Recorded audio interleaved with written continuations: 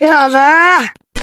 मालिक वो देखो। नमस्कार दोस्तों। अरे कहना क्या चाहते हो? तेलंगाना का एक वीडियो सामने आया जहां बीजेपी के कुछ मेंबर्स प्लानिंग कर रहे थे कि मुझे कैसे रोका जाए। तो उनमें से एक कहते हैं कि ये ध्रुव राठी हमेशा फैक्चुअली करेक्ट होता है, बात तो सही है। कॉन्स्टिट्यूशनली हमेशा करेक्ट होता है, इसके वीडियोस किसी भी यूट्यूब रूल्स को नहीं तोड़ते। तो कैसे काउंटर करा जाए इसे? अगर मैंने कभी कुछ गलत किया ही नहीं तो कैसे मुझे काउंटर किया जाए? ये कहते हैं कि प्लान है इसके खिलाफ झूठी खबरें फैलाओ। झूठी खबरें फैलाओ कि जैसे ध्रुव राठी ने झूठ बोला हो कि प्रधानमंत्री मोदी सनी लियोनी को मंत्री बनाने वाले हैं। बाबू ये बहम अपने दिल से निकाल दो। हाँ भाई, हमसे तो ऊपर वाला पूछेगा कि नरक में जाएंगे तो स्वर्ग में। हम कहें देखिए मेरे जितने दोस्त हैं नरक में हैं, मेरा जितना विद्यार्थी है वो नरक में है, तो हम स्वर्ग में जाके करेंगे क्या? हमें भी कहाँ भेजिए, क्योंकि हमें पता है तुम सब कहाँ मिलने वाले हो। हम भी कहाँ आएंगे नरक। रुको जरा, सबर करो। और वहां हम खोजेंगे, जानते हो किसको? जिन्ना को। वहां जिन्ना मिलेगा, उस ससुरा को उघाड़े करके मारेंगे। पूरा देश बर्बाद कर दिया। समझ में आया कि नहीं आया? बात तो सही है। नरेंद्र मोदी खुद को गंगा पुत्र कहा करते थे, तो अब नमामि गंगे के नाम पर वोट क्यों नहीं मांग रहे? क्यों नहीं मांग रहे वोट काम पर? ये मेक इन इंडिया का शेर याद है दोस्तों? नहीं। अब तो ये शेर कहीं नहीं दिखाई देता किसी चुनावी पोस्टर पर। Make in India, made in India, आदर्श गांव, smart city, bullet train, 15 lakh, skill India, Mudra loan, look की पॉलिसी, करोड़ों रोजगार, नारी शक्ति, बेटी बचाओ बेटी पढ़ाओ, कोरोना अग्रिमीर। अरे कुछ तो ऐसा होगा जिसके दम पर चुनाव लड़ सको।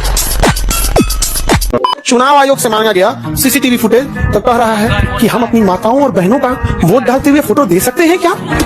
ये भैया वो पोलिंग बूथ था कि ओयो होटल है? क्या सुनाई नहीं दे रहा ब्रो, मत बोल, मेरे को भाई नहीं दे रहा।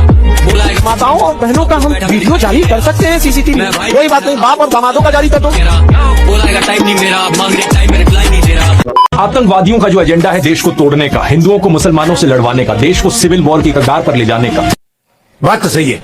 यही एजेंडा बीजेपी के लोग भी फॉलो करते हैं। चारों तरफ आप इन लोगों की फोर्स देखोगे सोशल मीडिया पर, सिर्फ एक ही चीज पर फोकस करते हैं, हिंदू वर्सेस मुस्लिम्स। ये चाहते हैं सभी हिंदुओं के अंदर डर बैठे, आतंकवादियों से नहीं बल्कि अपने देश के मुसलमानों से, अपने पड़ोसियों से, अपने दोस्तों से। ये चाहते हैं सभी मुसलमानों के अंदर डर बैठे, आतंकवादियों से नहीं बल्कि अपने देश के हिंदुओं से, अपने पड़ोसियों से, अपने दोस्तों से।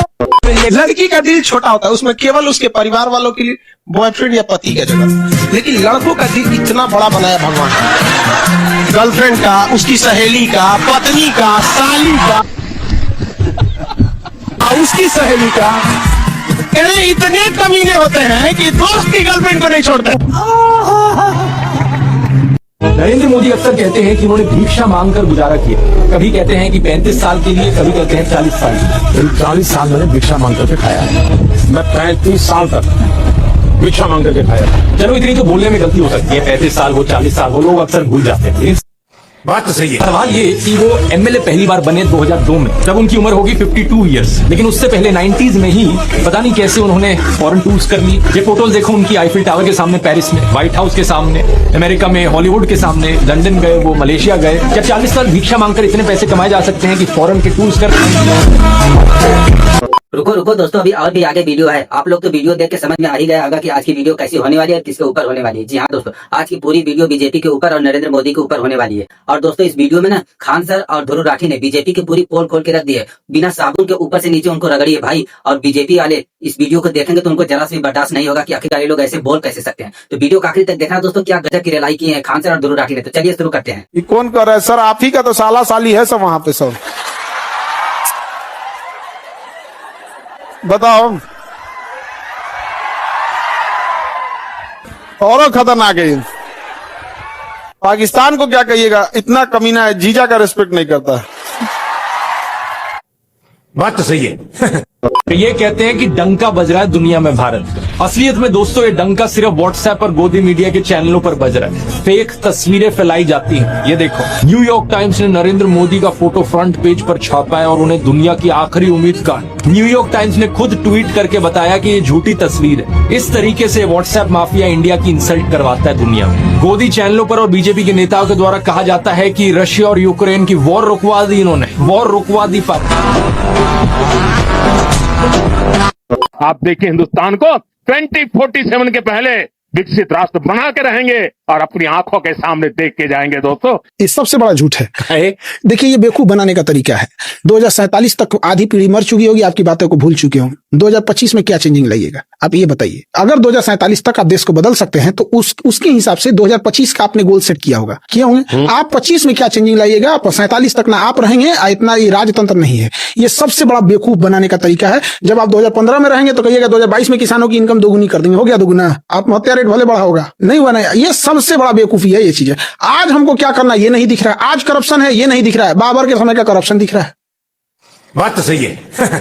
बीजेपी लीडर अटल बिहारी वाजपेयी ने एक बार कहा था, जहां सत्ता पाने के लिए भ्रष्टाचारियों का साथ लेना पड़े, ऐसी सत्ता को मैं चिमटे से छूना भी पसंद नहीं करता। अगर सत्ता हाथ में आती है तो मैं ऐसी सत्ता को चिमटे से भी छूना पसंद नहीं। लेकिन वो जमाना ही कुछ और था। वो बीजेपी और आज की बीजेपी जो है, इसमें जमीन आसमान का अंतर है। आज जब नितिन गडकरी से सवाल किया जाता है मोदी के वॉशिंग पाउडर को लेकर, तो वो भी हंसते हंसते जवाब देते हैं कि बीजेपी का साबुन इको फ्रेंडली साबुन है। चुनाव में जीतना इंपॉर्टेंट होता है और जो जीता वही सिकंदर होता है। बीजेपी वाला जो साबुन है वो सबको साफ कर दे रहा वॉशिंग मशीन। इको फ्रेंडली साबुन है।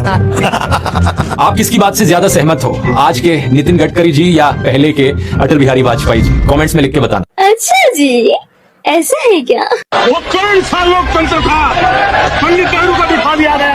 अगर देश के पहले प्रधानमंत्री सरदार वल्लभ भाई पटेल होते तो मेरा कश्मीर का ये हिस्सा आज पाकिस्तान का न होता। तो रुको जरा, पहली बार जो चुनाव हुआ 1951 और 52। अब कुछ लोग का तर्क है कि प्रधानमंत्री सरदार वल्लभ भाई पटेल को बनना चाहिए। 1950 में वल्लभ भाई पटेल की आकास्मिक मृत्यु हो चुकी है। अब आदमी कैसे ये बोलता है 1951 के चुनाव में वल्लभ भाई पटेल को खड़ा होना चाहिए और प्रधानमंत्री मतलब बिना सर पैर की बात बोलने लगता है। आशा करता हूं दोस्तों आप लोगों को वीडियो पसंद आई होगी। अगर आप लोगों को ऐसे ही वीडियो देखना पसंद है तो प्लीज़ भाई लोग हमारे चैनल को लाइक करके सब्सक्राइब करो और कमेंट करना ना भूलना दोस्तों। जब आप लोग कमेंट करते हो इससे दोस्तों हमें मोटिवेशन मिलता है ताकि मैं और भी अच्छी आप लोगों के लिए वीडियो लाता रहूँ। तो भाई प्लीज़ चैनल को लाइक करके सब्सक्राइब कर देना। चलिए मिलते हैं किसी एक नेक्स्ट वीडियो में।